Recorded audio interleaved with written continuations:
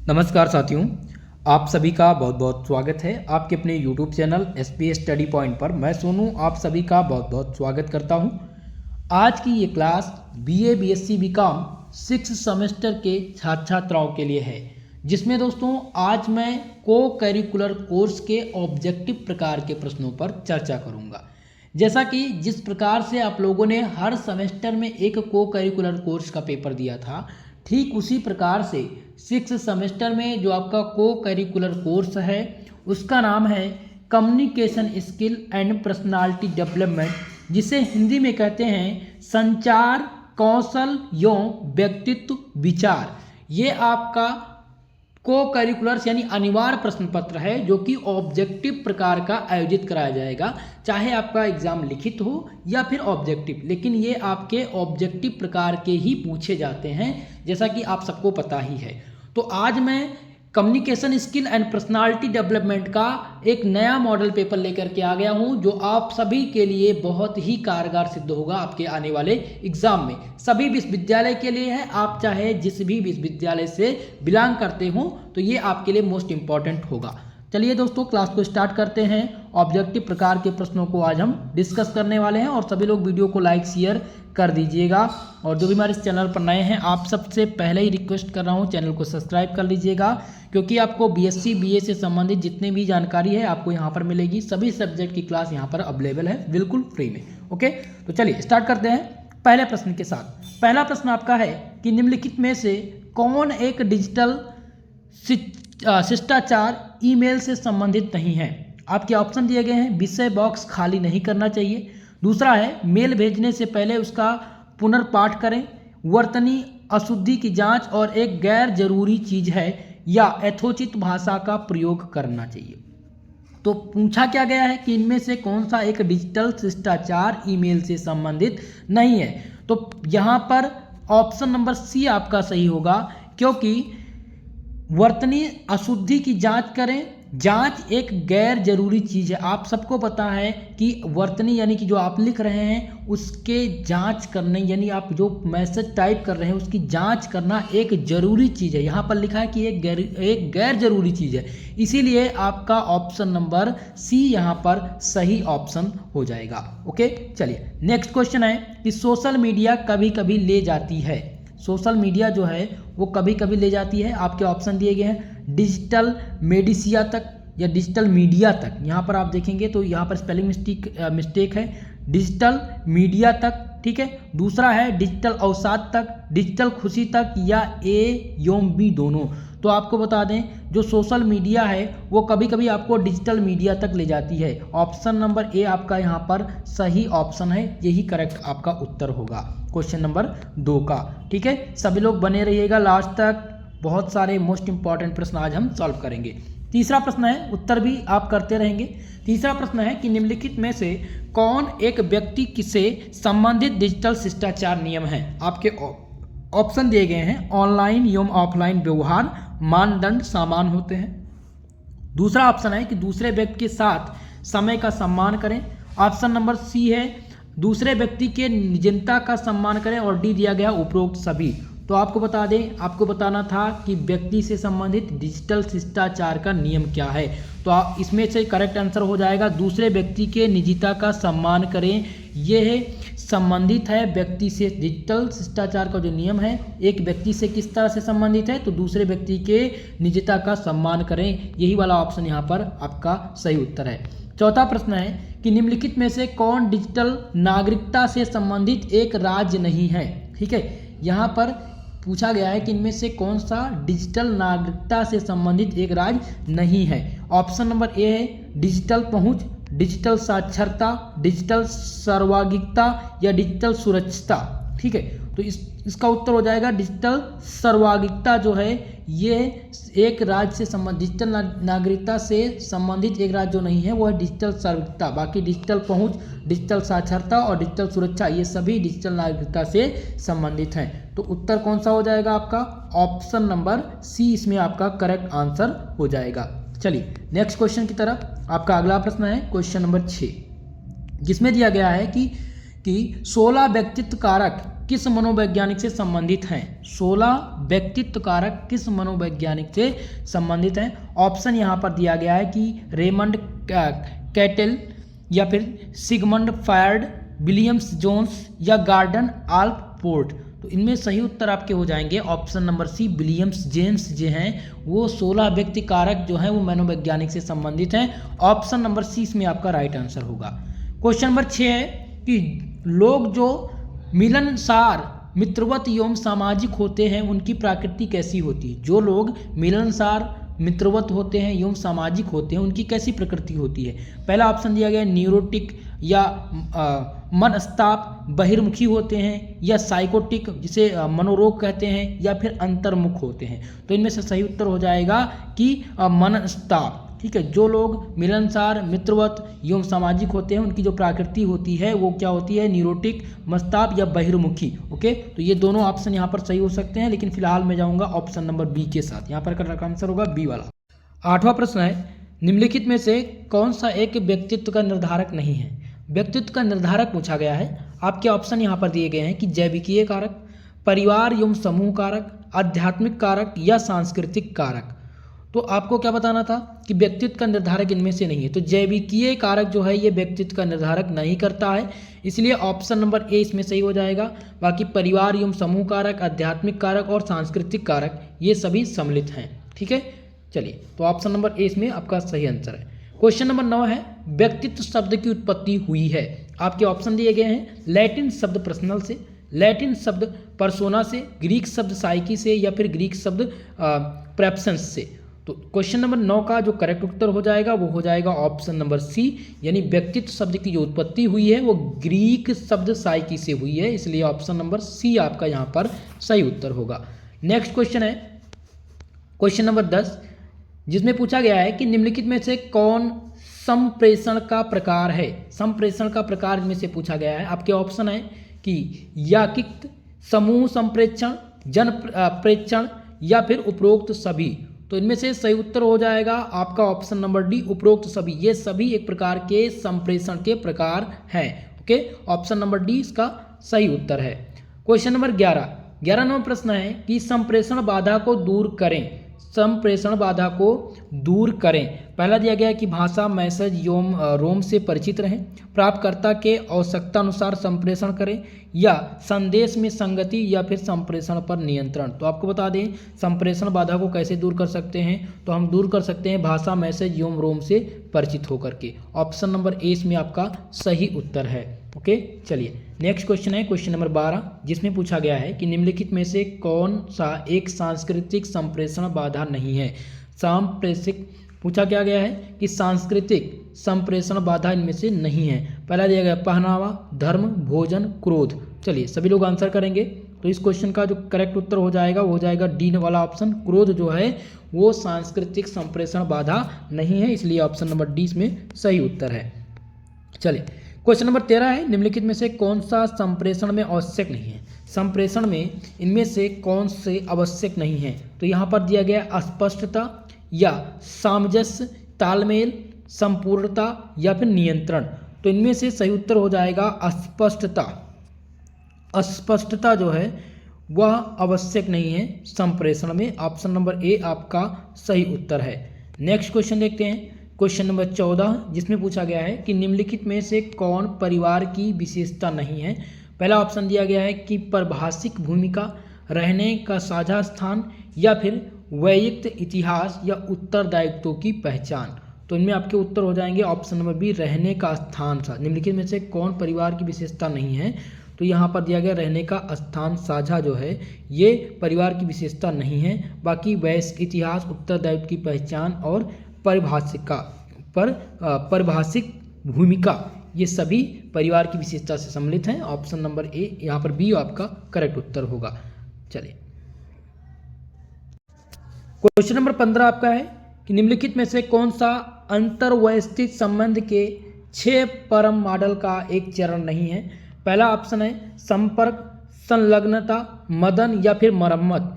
तो इनमें से आपका सही आंसर हो जाएगा ऑप्शन नंबर बी, संलग्नता। इनमें से संलग्नता जो है वो अंतर्वैयक्तिक संबंध के छह पर मॉडल का एक चरण नहीं है, बाकी संपर्क, मदन और मरम्मत ये आपके सम्मिलित हैं, इसलिए ऑप्शन 20 में सही उत्तर है। ओके, क्वेश्चन नंबर 16 है, निम्नलिखित में से कौन सा अंतर्वैयक्तिक का एक लाभ नहीं है, यह क्वेश्चन पूछा गया है।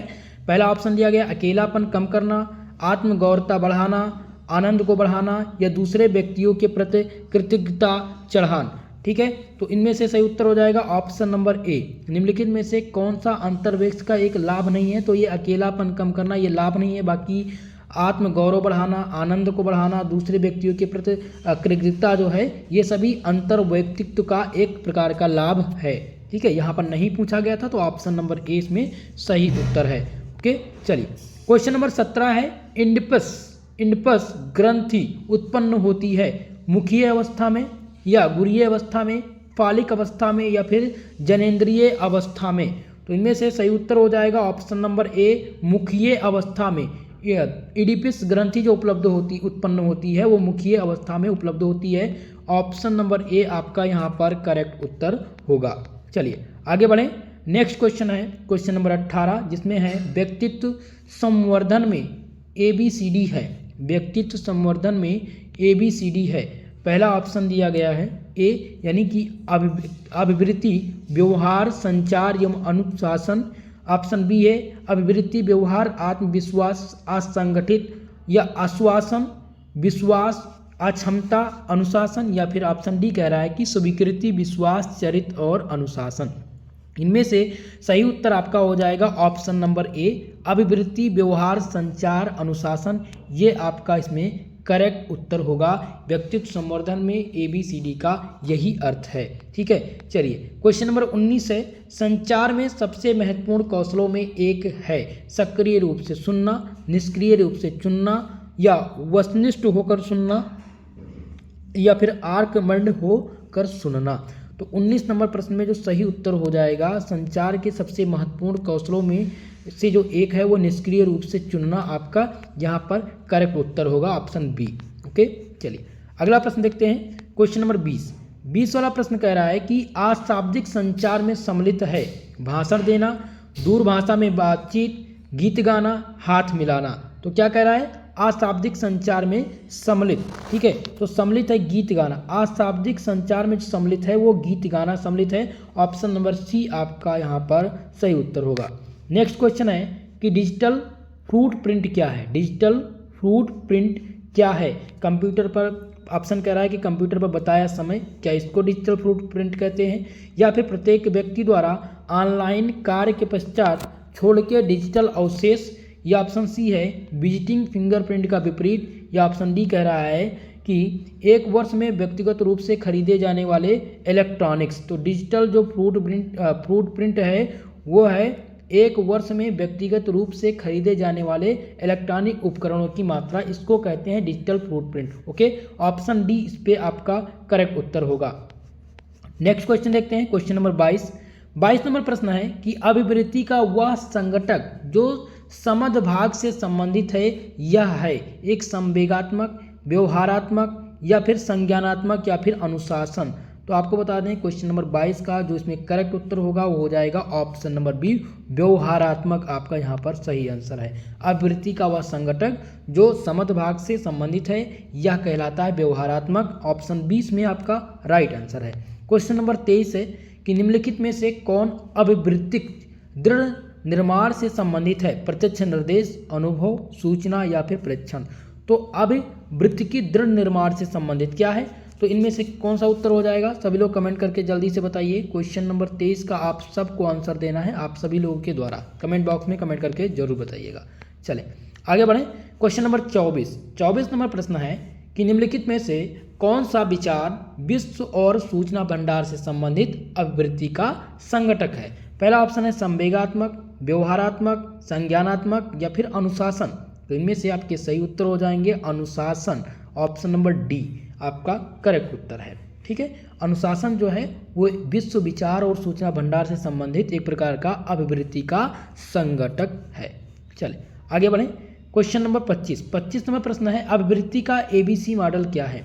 अभिवृत्ति का ABC मॉडल क्या है, तो अब इसका ABC मॉडल क्या हो जाएगा, तो एबीसी अभिवृत्ति का एबीसी मॉडल है समयोजन, व्यवहारात्मक, संज्ञानात्मक। यही आपका करेक्ट उत्तर होगा। अभिवृत्ति का जो एबीसी मॉडल है वो है समयोजन, व्यवहारात्मक और संज्ञानात्मक। ओके, ऑप्शन सी इसमें आपका सही उत्तर है। चले आगे बढ़ें।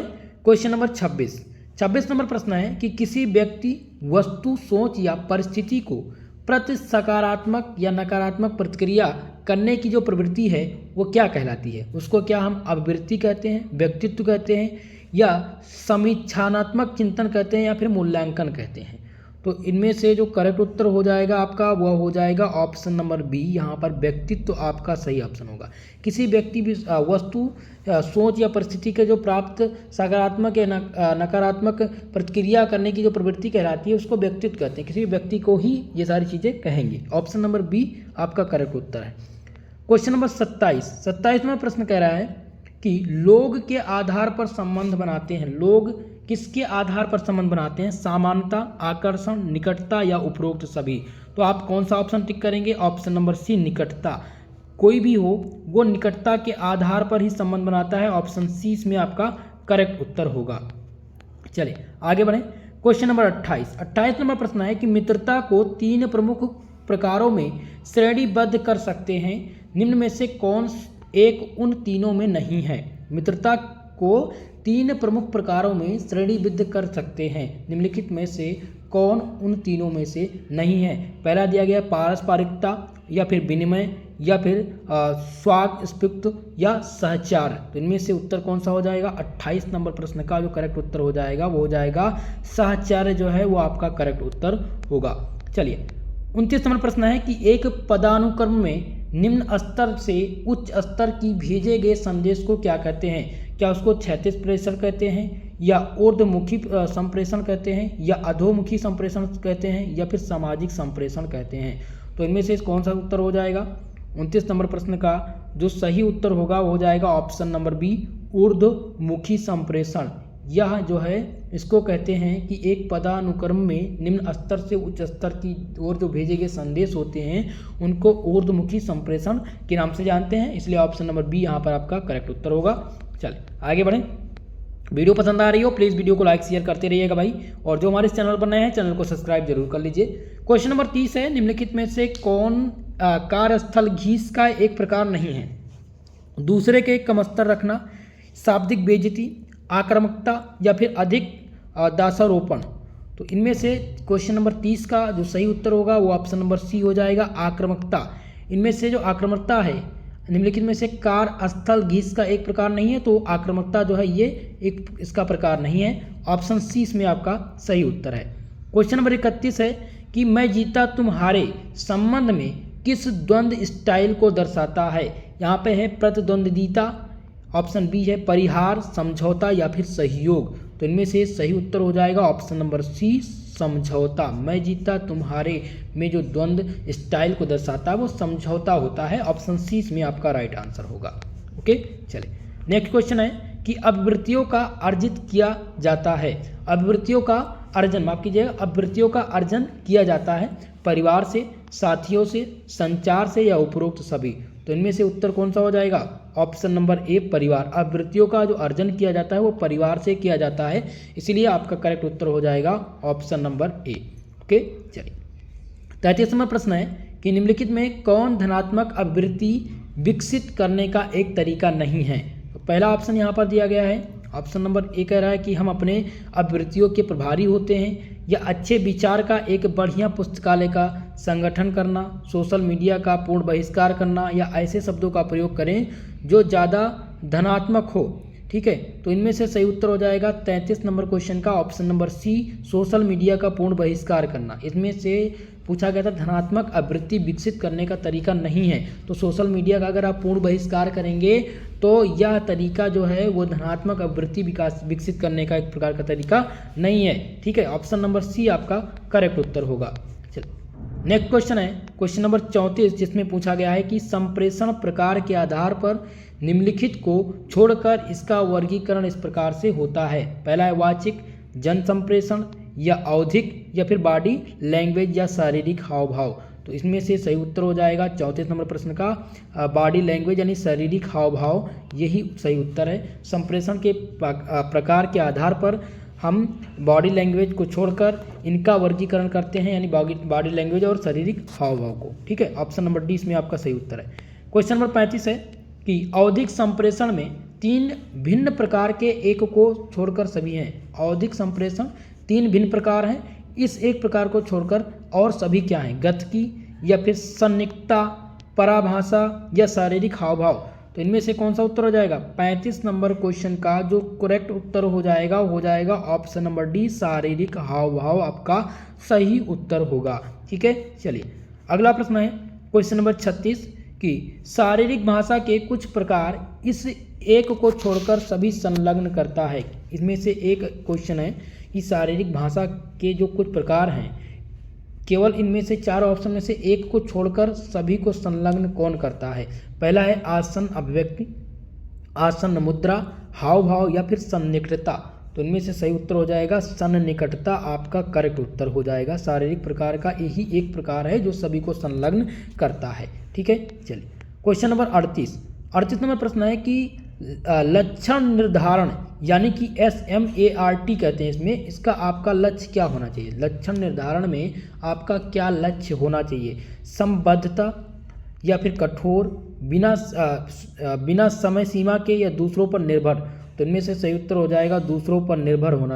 अगर हम लक्षण का निर्धारण करेंगे, किसी भी चीज़ का आप निर्धारण करेंगे तो दूसरे व्यक्ति पर आपको निर्भर होना पड़ेगा, तभी तो आपका पता चलेगा कि जैसे किसी भी व्यक्ति का आपको लक्षण बताना है, उसके बारे में बताना है, तो किसी दूसरे व्यक्ति के द्वारा ही पता चलेगा कि ये व्यक्ति कैसा है, जो अनजान हो। ठीक है, तो हम दूसरों पर निर्भर होंगे। ऑप्शन डी यहाँ पर आपका करेक्ट उत्तर होगा। ओके, चलिए नेक्स्ट क्वेश्चन है 29 नंबर प्रश्न, जिसमें पूछा गया है कि निम्नलिखित में से कौन एक समय प्रबंधन का तकनीक नहीं है? समय प्रबंधन का एक तकनीक इनमें से कौन सा नहीं है? पहला दिया गया है नियमित अंतराल पर छुट्टी, कह नहीं सकते, फोकस करें, उपचार से बचें या उपरोक्त सभी। तो इनमें से सही उत्तर हो जाएगा ऑप्शन नंबर बी, कह नहीं सकते। निम्नलिखित में से कौन सा प्रबंधन का एक तकनीकी है? तो इनमें से नहीं कह सकते कि कौन सा एक प्रकार का तकनीकी है। ठीक है, बी वाला ऑप्शन सही होगा।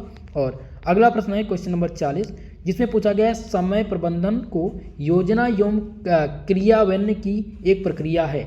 व्यतीत समय पर चेतन नियंत्रण, क्रियाकलाप में देरी या केवल विशिष्ट कार्य या दूसरों के समय पर नियंत्रण। तो आपको बता दें 40 नंबर प्रश्न में जो सही उत्तर है वो ऑप्शन नंबर बी आपका हुआ, क्रियाकलापों में देरी। ये समय प्रबंधन की योजना एवं क्रियान्वयन की एक प्रकार की प्रक्रिया है। ऑप्शन नंबर बी आपका यहाँ पर राइट आंसर होगा। दोस्तों आज की इस क्लास में 40 मोस्ट इंपॉर्टेंट ऑब्जेक्टिव प्रश्नों को हमने सम्मिलित किया है, जो कि हाल ही में जो प्रश्न पत्र में पूछे गए प्रश्न थे उनको मैंने यहाँ पर सम्मिलित किया है। नेक्स्ट क्लास में लगभग 100+ MCQs को मैं सम्मिलित करूँगा, जो आपका पूरा कंप्लीट मॉडल पेपर होगा और उसमें बहुत ही मोस्ट इंपॉर्टेंट क्वेश्चन रहेंगे। ठीक है, तो इस वीडियो को ज़्यादा से ज़्यादा लोगों में शेयर कर दीजिएगा और जो भी हमारे चैनल पर नए हैं चैनल को सब्सक्राइब कर लीजिएगा। क्लास का PDF आपको हमारे टेलीग्राम चैनल पर मिल जाएगा, जो कि डिस्क्रिप्शन बॉक्स में लिंक है, वहाँ से आप ज्वाइन कर लीजिएगा, या आप सर्च कर लीजिए SP स्टडी पॉइंट। टेलीग्राम पर जाइए, वहाँ पर सर्च कर लीजिए SP स्टडी पॉइंट, तो आपको चैनल का लिंक मिल जाएगा, जहाँ से आप जो है वो प्राप्त कर सकते हैं PDF को। ओके, तो आज के लिए बस इतना ही, मिलते हैं किसी नेक्स्ट वीडियो में, तब तक के लिए जय हिंद जय भारत।